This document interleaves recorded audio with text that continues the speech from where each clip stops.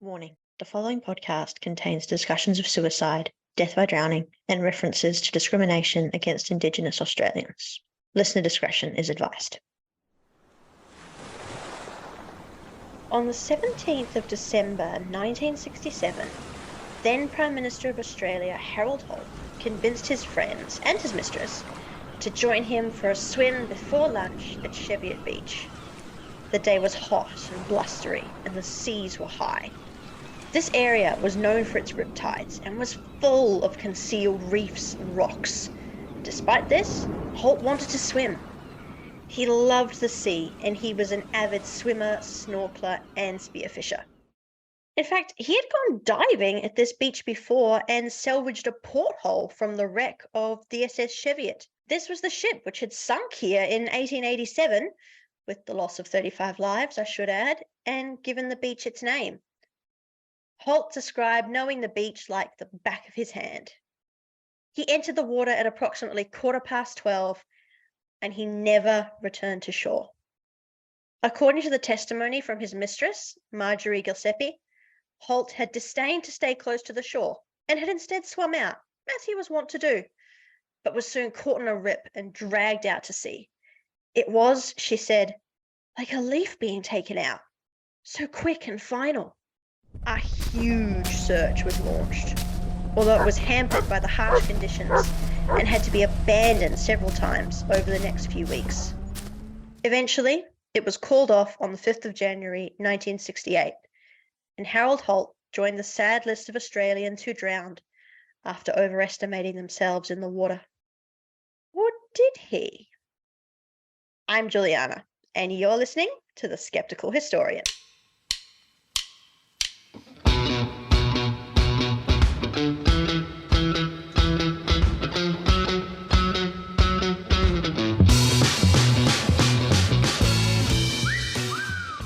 Hello, my fellow skeptics. Thank you so much for joining me today as we dive, no pun intended, into the mystery of Harold Holt. Before I begin, I would like to acknowledge that I am podcasting today from the lands of the Wurundjeri Wathaurong people. I pay my respect to their elders past, present and emerging, and extend that respect to the Indigenous people of all lands where this podcast is being listened to today. Now, Harold Holt was the Prime Minister of Australia from the 26th of January 1966 until his disappearance on the 17th of December 1967. Now, technically, he was actually still Prime Minister a day after being washed out to sea, as the Governor-General, who is the representative of the monarch in Australia, had to wait for official confirmation he was missing before terminating his commission. Now, that's a fancy word for when the Governor-General of the day has to sack the Prime Minister. It's only happened twice, the first time with Harold Holt, and the second time a few years later with Gough Whitlam, but that's another subject for another day. And after the Governor-General had terminated Harold Holt's commission, he was able to swear in his deputy, who became leader of the Liberal Party and the caretaker Prime Minister of Australia, as the Liberal Party decided to hold an election, given the Prime Minister had died in office. There was the usual kerfuffle over leadership, and there was some political wrangling, but overall, the government actually carried on relatively smoothly despite the quite dramatic circumstances. Now, Holt wasn't the first Prime Minister to die in office. It was by no means common. He was the third Australian Prime Minister to die in office, and so far we haven't had a fourth. So, Prime Ministers, politicians in Canberra, let's try and keep it that way, please. But I'm actually not here to talk about the Australian government. Although that would be an interesting conversation, listeners. I'll file it away in my future episodes list. I want to talk to you today about Harold Holt and examine the question that has risen like the tides at Cheviot Beach since 1967. What really happened that day? There are a ton of theories, most of them based on the fact that his body was never found. Now, without a body, of course, come conspiracy theories. And many of these theorists say that because there is no body, we can't definitively say that Harold Holt is dead. And even those who do agree he's dead tend to dismiss the idea that he could have just drowned. So when we come back from this break, we're going to have a look at some of these ideas, getting the most unlikely and frankly ridiculous out of the way first. Welcome back, skeptics. I hope you haven't swum too far out and are still with me and are ready to get into the many ideas about what happened to Harold Holt. Let's get the most absurd out of the way first, shall we? Harold Holt was not abducted by aliens. No, just no. I'm not even going to waste my breath talking about this. Whether aliens exist or not is another topic for another day, maybe. But if they do exist, they're not coming down to Earth and spiriting away the 17th Prime Minister of Australia. Let's put that theory firmly in its coffin and nail the lid on. Rest in peace. On to some less ridiculous ideas. Let's start with the theories that agree Holt is dead, although dispute that his drowning was a tragic accident. Shortly after his disappearance, speculation began that Holt might have committed suicide. Some of his political colleagues claimed he was depressed and felt like he'd failed to live up to the legacy of his predecessor. That was the great Liberal Party hero, Robert Menzies. Now, proponents of the suicide theory also point to Holt's marriage difficulties as further evidence that his death was a suicide. He had a wife and multiple mistresses at the time, and suggest that he deliberately went swimming in dangerous conditions to make taking his own life easier. If we take these facts in isolation, I can see why this theory might make sense. However, when we tug on the threads, it actually starts to unravel very fast. So prior to his death, Holt was actually planning a major cabinet reshuffle and a review of Australia's foreign policy. And his family and friends actually said that reports he was depressed were exaggerated following his death. He was stressed, he was under pressure, but he was the Prime Minister and he was the leader of the Liberal Party and no more stressed or pressured than he ever had been, according to those closest to him. As for his marital troubles, his wife, Zara Holt, denied that she had ever contemplated a divorce, and while she wasn't happy about his numerous love affairs, she maintained she loved him and that their marriage had been a happy one. It's also worth noting that the police investigation in 1968 also found that suicide was very unlikely. Harold Holt had followed what they called an ordinary domestic pattern that day and in the days leading up to his death. And there were witnesses at the beach. He invited people to come with him, and suicide in front of witnesses is an extremely rare event. Holt's children, his adult children, and their partners all dispute the idea of suicide as well. They point out that he was devoted to them and their families, and plans had recently been made for a family get-together where he would be able to spend time with his grandchildren, who he absolutely adored. So, suicide is out, or at the very least, very unlikely.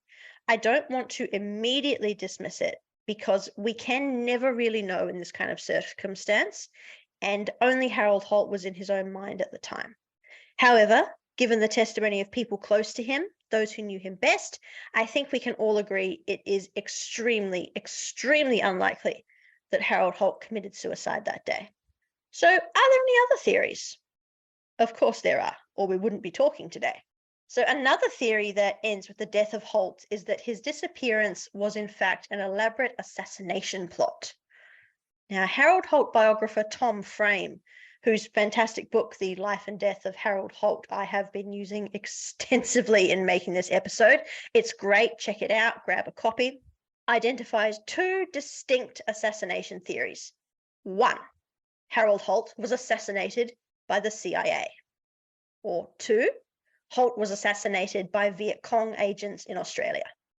We can absolutely dismiss, as Tom Frame does, the idea that the Viet Cong assassinated Harold Holt. There is no evidence that they had the kind of sophisticated intelligence operation in Australia that they would have needed to successfully carry out the assassination of such an important public figure. Also, I think it's worth pointing out that they wouldn't have needed to.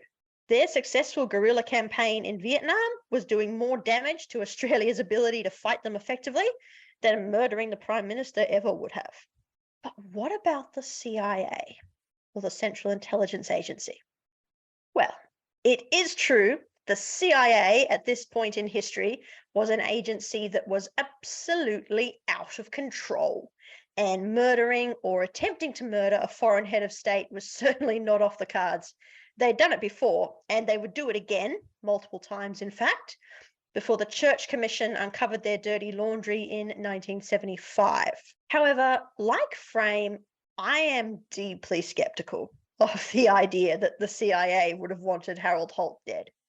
According to proponents of this theory, the reason the CIA killed Holt was because he was considering pulling out of Vietnam. The problem with this is that Holt was actually doing no such thing. Supporters argue that Holt's withdrawal of the 1st Battalion of the Royal Australian Regiment in 1966 spooked the CIA, and they decided to kill him before he could pull any more soldiers out of Vietnam. Except that the withdrawal of the 1st Battalion was merely to make way for the much larger 1st Australian Task Force to be deployed, and this tripled the number of Australian troops on the ground in Vietnam. Furthermore, Holt was a fierce advocate for the Vietnam War, and he believed passionately in the menace and threat of communism. He supported the American bombing campaigns in North Vietnam, and he increased conscription in Australia. On a visit to America, he famously declared that when it came to Vietnam, Australia was all the way with LBJ. LBJ, of course, was American President Lyndon B. Johnson, who was also a fierce proponent of war in Vietnam. Clearly, the CIA had nothing to fear from Holt when it came to keeping Australia involved in the Vietnam War. In fact, they probably would have done more damage by killing him. Support for the war was fast waning in Australia, and a new Prime Minister might not have been so keen to take on an angry anti-war public the way Holt was. No, Holt was certainly not assassinated by the CIA, or anyone else for that matter. So his death was a tragic accidental drowning? Are we all in agreement? Sadly, no. I'm going to take a break, and when I get back, I'm going to tell you about the few people who believe with absolute certainty that Harold Holt is still alive. And I am back. Now, before we examine these theories, I want to make abundantly clear that I don't agree or endorse either of them. However, I felt I couldn't honestly do a podcast about the disappearance of Harold Holt without mentioning them and without debunking them, because that's what I'm all about on The Skeptical Historian. Now, the first of these theories is that Holt did not die on the 17th of December. In fact, he faked his own death, the theory goes, to start a new life with a lover.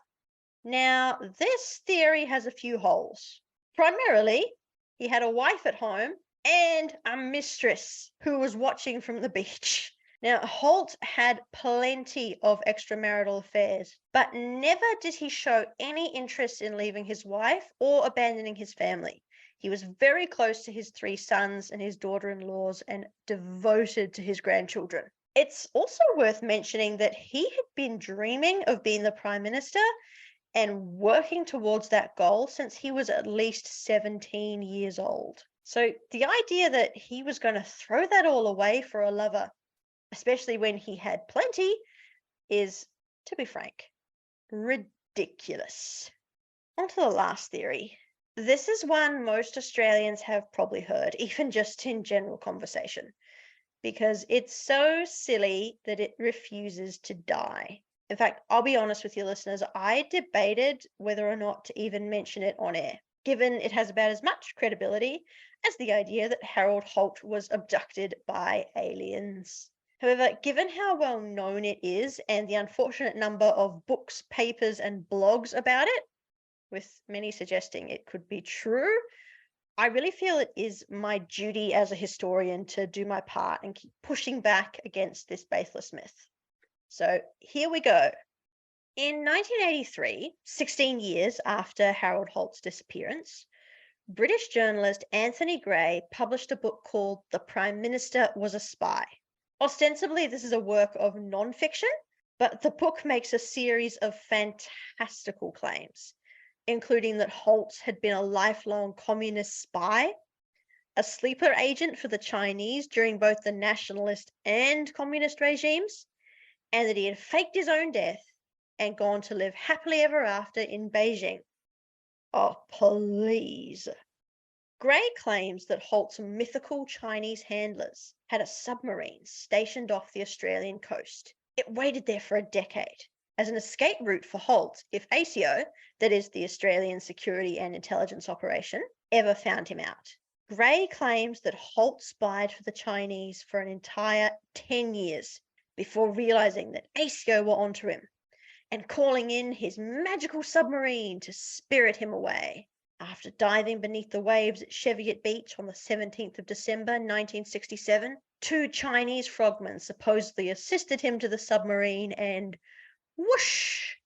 Harold Holt was gone, and ASIO erased any trace of his non-existent defection to cover up its own mishandling of a case that never happened. A slight variation on this tale is that Holt did not, in fact, go willingly with the Chinese, but was abducted and, according to a letter now held in the Australian archives, was being brainwashed for information. This particular tale could have jumped straight off the pages of a Cold War comic book and really merits no further discussion. But coming back to the claims that Holt was a Chinese spy, this story has a number of gaping holes in it. Firstly, Cheviot Beach was too shallow for a submarine to be able to fully submerge, and the conditions were not conducive to submarine activity. Those same rocks, shoals, and other obstacles which had taken the Cheviot to her watery grave in 1887 were still there, and they would have seriously impeded any underwater approach. Secondly, the idea that a Chinese submarine was just waiting off the Australian coast for 10 years in the midst of heightened Cold War tensions without anyone noticing? Come on, it's laughable. We know that at this time, the Chinese were using diesel and electric-powered Type 033 submarines. These were Chinese-built, but they were based on a Soviet design. These submarines could have reached the Australian coast. They had a range of approximately 14,000 to 15,000 kilometres when travelling at low speed. But like all diesel and electric-powered subs, they needed to surface or snorkel to vent the fumes, clear their generators, and to recharge their batteries. Now, if a diesel-powered electric submarine had been lurking off the Australian coast for 10 years, especially if it was stationed anywhere near Cheviot Beach, because Cheviot Beach was a military installation at this time, it would have been spotted. It would have been seen snorkeling or surfacing. Diesel submarines at this time also needed to be refueled every 45 to 60 days, and a Chinese submarine couldn't have exactly sailed up to an Australian Navy base and been refueled. So to have made this work, the Chinese would have had to have had a constantly rotating pool of submarines going back and forth between China and Australia to ensure there was always a submarine ready to whisk Harold Holt away if ASIO caught on to him. Now, this would have been impossible to do without Western intelligence agencies picking up on this pattern of back and forth submarines.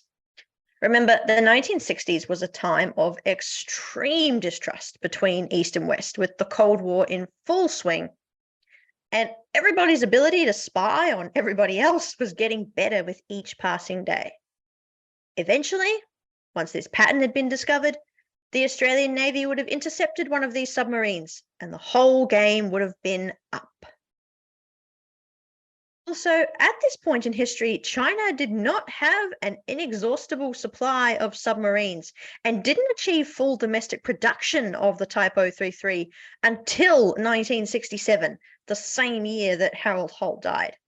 Now, prior to that, China had been relying on parts either imported from the Soviet Union, although this had stopped after the Sino-Soviet split of 1961, and the Chinese had been manufacturing their own parts from scratch, while also using up those parts that they had got prior to the split.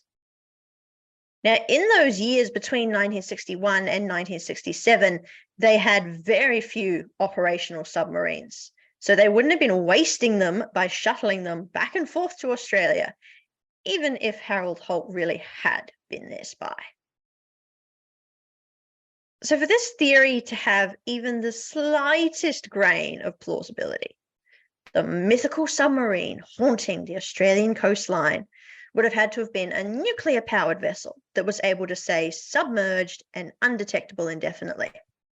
Now, we know this is impossible because the first Chinese nuclear-powered submarine didn't launch until 1973.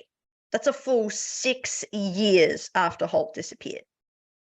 I'd also like to point out that there are much easier ways of getting an agent out of a hostile foreign nation if they are caught. And if Harold Holt really had been a Chinese spy and had defected, the Chinese would have made a huge song and dance about it. This was common practice during the Cold War. Defectors were gold. This would have been an absolute coup for the Chinese and a huge slap in the face for Australian intelligence had this really happened.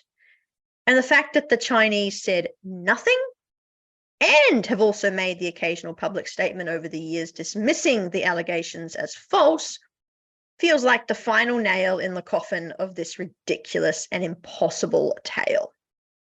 They wouldn't be hiding it if it was true. So, my fellow skeptics, I think it's time to load our historical torpedoes and blow this myth right out of the water.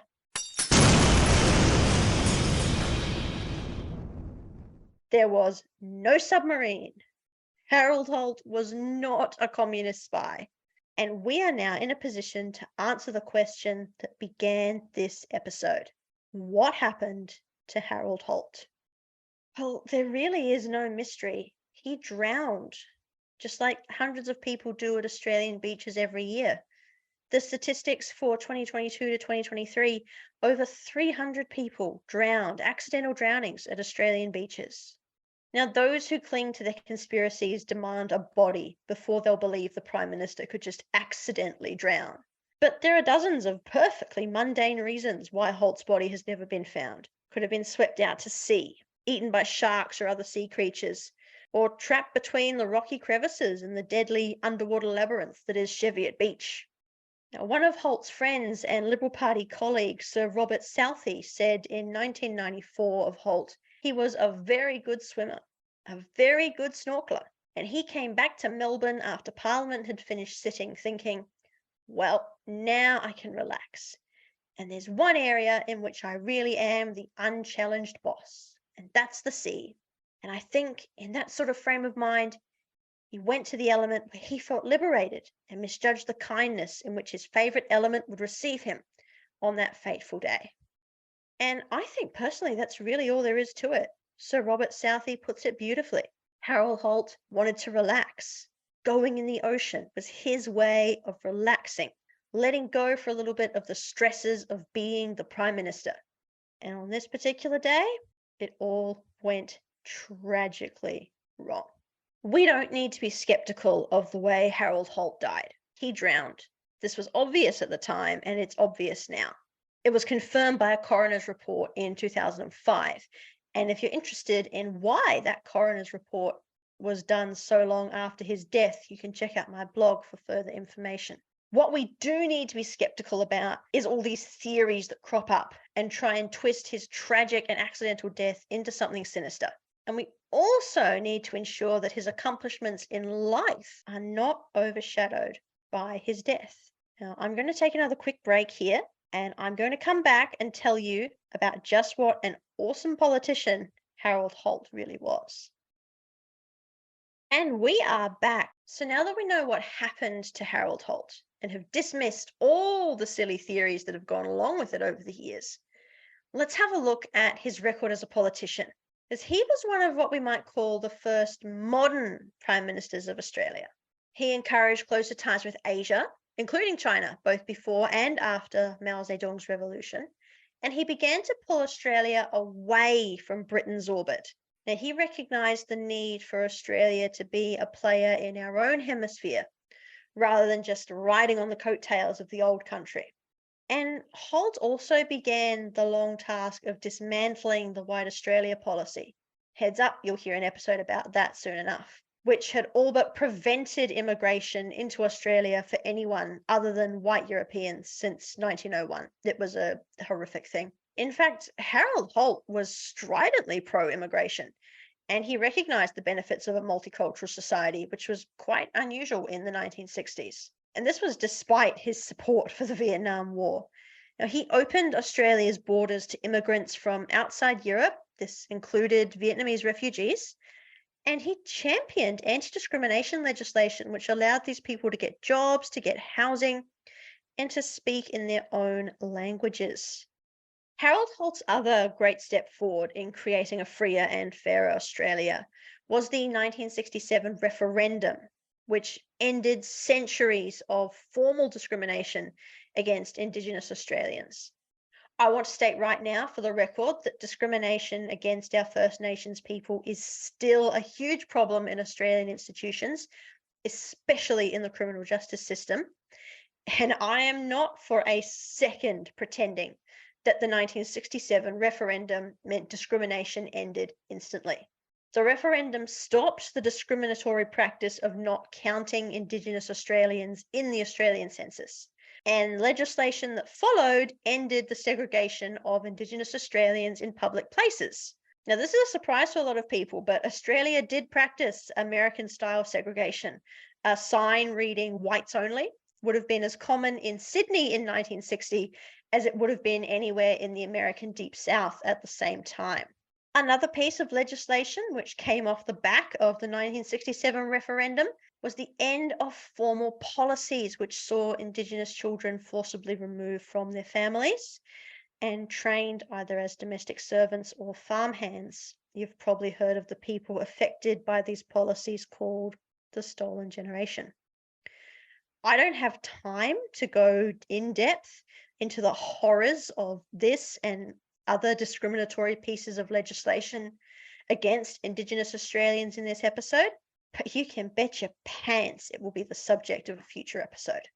As well as being the kind of man who wanted to help his fellow humans, regardless of their skin colour, Holt was a reformer in other ways too. He oversaw the currency reform, moving Australia onto decimal currency, and he was also a huge supporter of the arts.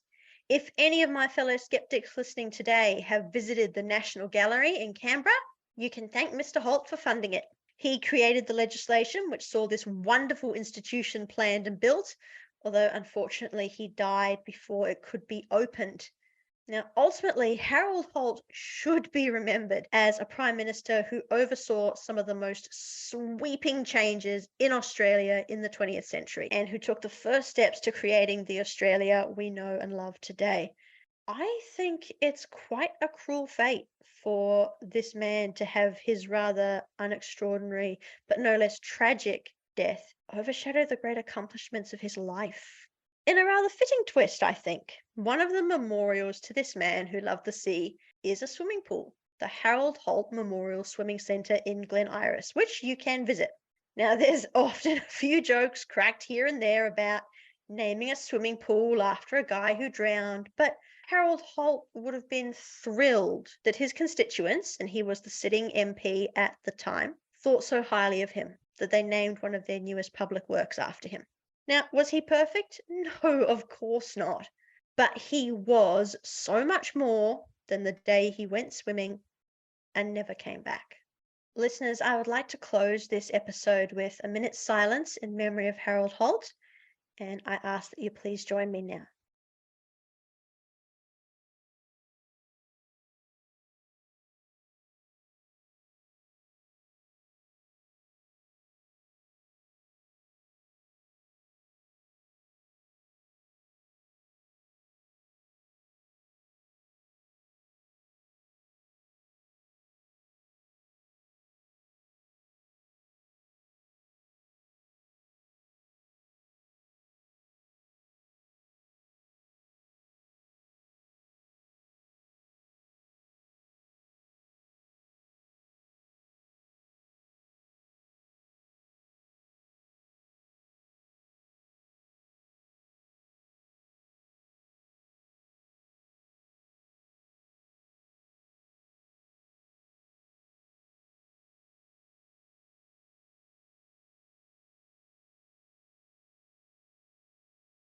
Thank you for listening. As always, if you have a question or a topic you'd like me to cover, or if you just want to join in the conversation, you can find me online at www.skepticalhistory.com. That's skeptical with a K. Connect with me on LinkedIn or follow me on Instagram by searching Juliana Byers on both platforms. And you can find this podcast on Apple Podcasts, iHeartRadio, Google, and Spotify.